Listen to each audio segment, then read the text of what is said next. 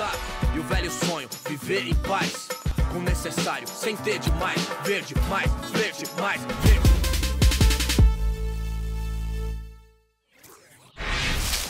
So let's talk about your specialties. You're known for being very good at attacking the basket and drawing contact.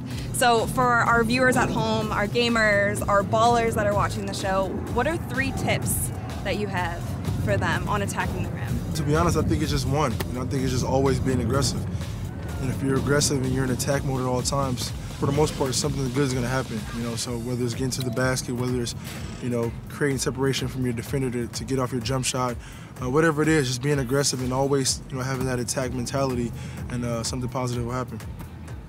So in 20 years, when people still have their 2K16 cover, 20 years. How do you hope that they remember your NBA career? He was one of the most competitive guys to ever play the game. Championships or not, just he had that drive and that will to just do whatever it takes for his teammate to win, and he was a class act guy. I like it. Cool. The high pick and roll is a staple move in the NBA, and today we have Scott O'Gallagher to show you guys how to execute this play in 2K16. What's up, 2K fans? Scott O'Gallagher here, and welcome to another edition of Winning Tips. This time, we're talking pick and roll. Every pick and roll defense that you see in the NBA is represented in NBA 2K16. In order for you to have a successful pick and roll game, you need to know what tools you have in your disposal. The first question is, how do we call a pick and roll? What we need to do is hold the pick button. Holding the pick button will call the nearest post player to come set a screen for you. This year, we've also added the option to choose which side of the screen you would like the pick to be set on. You can do this by tapping the sprint trigger.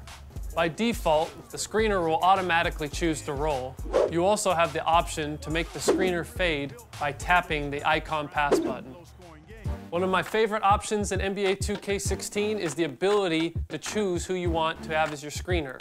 You can do this by tapping the pick button and then holding the icon of the player who you want to come and screen. All right, guys, here's a good example of how to put the pick and roll into play. As you can see, we're in a 4-out, 1-in set. What does that mean to you? How many players are outside the 3? So right now we've got 4 players. That means we're stretching the floor. So with that, I want to bring Mirotic. Mirotic is a good 3-point shooter. To do that, I'm going to tap the pick button. And as Mirotic is coming over, I'm then going to tap the icon pass button that's going to choose fade. So as Rose takes this, we attack it hard. A nice open pick and pop. All right, guys, just remember, these are the basics. Feel free to join me here next week, and we're going to break down formation, spots on the floor, our strong side, weak side, to help take your pick and roll game to the next level. Until next time. It's your man, Desart, the 2K Whisperer, back for your My Park Championship recap. It was the 6th round of the My Park Championship, and we saw both the Flyers and the Ballers break out of their deep-seated rut from the last 3 rounds. It was all a dream. It started just like normal with Rivet City rushing to take the early lead yet again, but Sunsea Beach was not having it. The Ballers snatched the lead and held on to it for the entire weekend. An outstanding performance by, let's just call him Mr. Sprinkles, with 275 wins. We also need to shout out AI3 and Clutch Boy 67 once again for leading the Ballers to their 2nd Rival Day win. The Rough Riders held on to that 2nd place slot with nearly 500 wins combined from the dynamic duo of Sunless 2.0 and OP 2.0. But with 12 hours left to go, the Old Town Flyers found inspiration and caught Rivet City napping. They snatched 2nd place from them and another championship point to go along with it.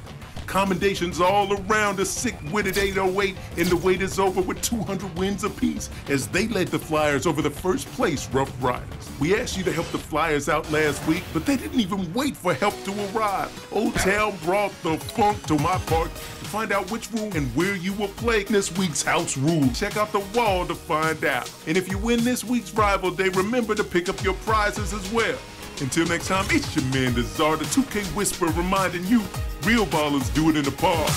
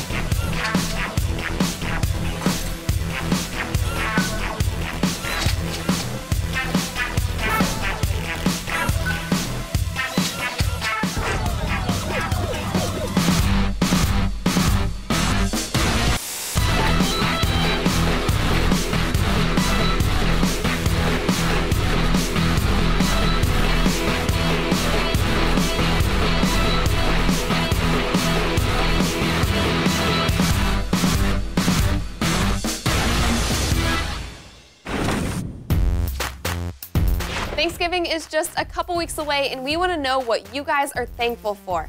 So tell us on social media using the hashtag 2KTVThanks and send in those photos and videos to NBA 2KTV at 2ksports.com. And we'll show some of the best submissions on our Thanksgiving special at the end of the month. Next week, we hang out with the youngest star of Blackish, Miles Brown. I'll see you guys next time.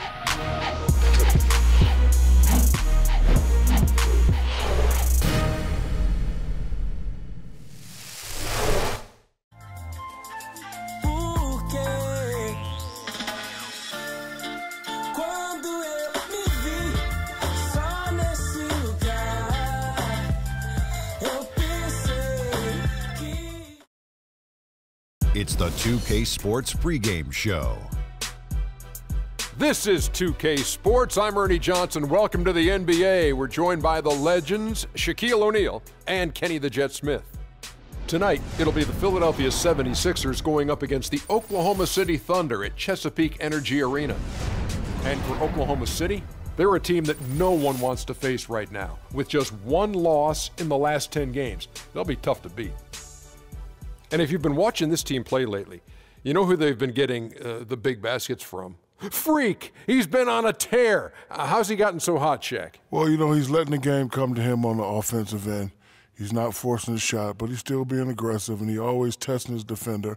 And he's, you know what, Ernie? He smells that barbecue chicken down there. You can't guard this man one-on-one.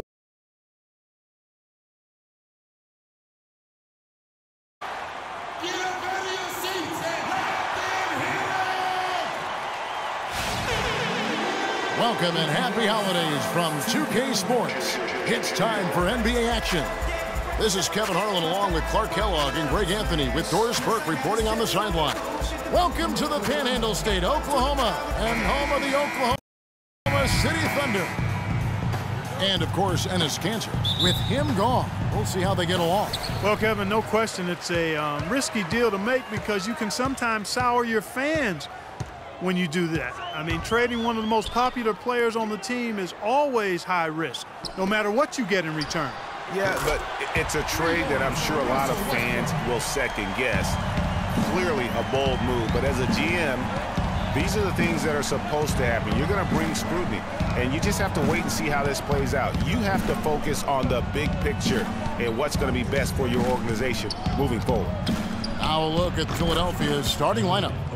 Jensen in at shooting guard. Robert Covington out there with Carl Landry. Then there's Okafor, and it's Roten in at the 1. Here's Westbrook. Jahlil Okafor making his last shot.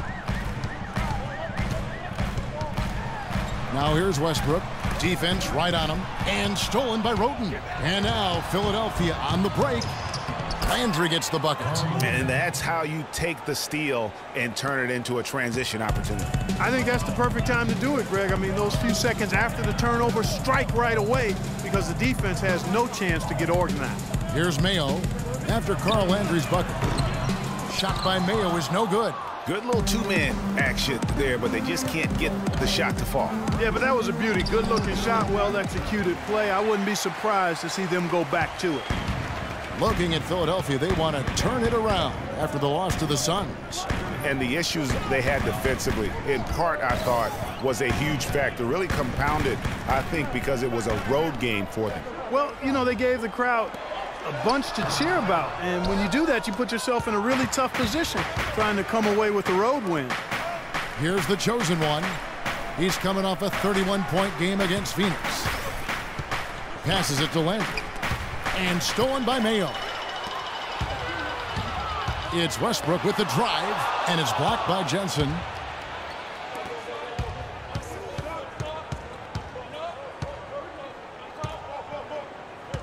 And stolen by Mayo. It's 2-on-1. Here's Durant, and he caps off the fast break with a monster slam.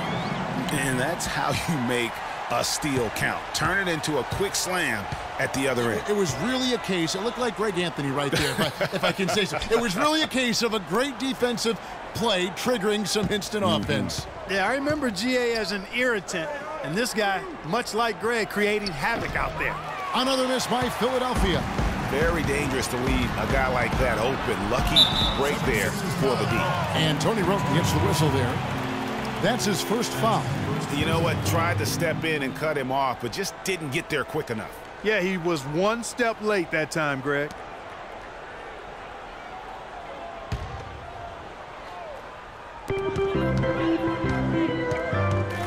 Right side, Westbrook.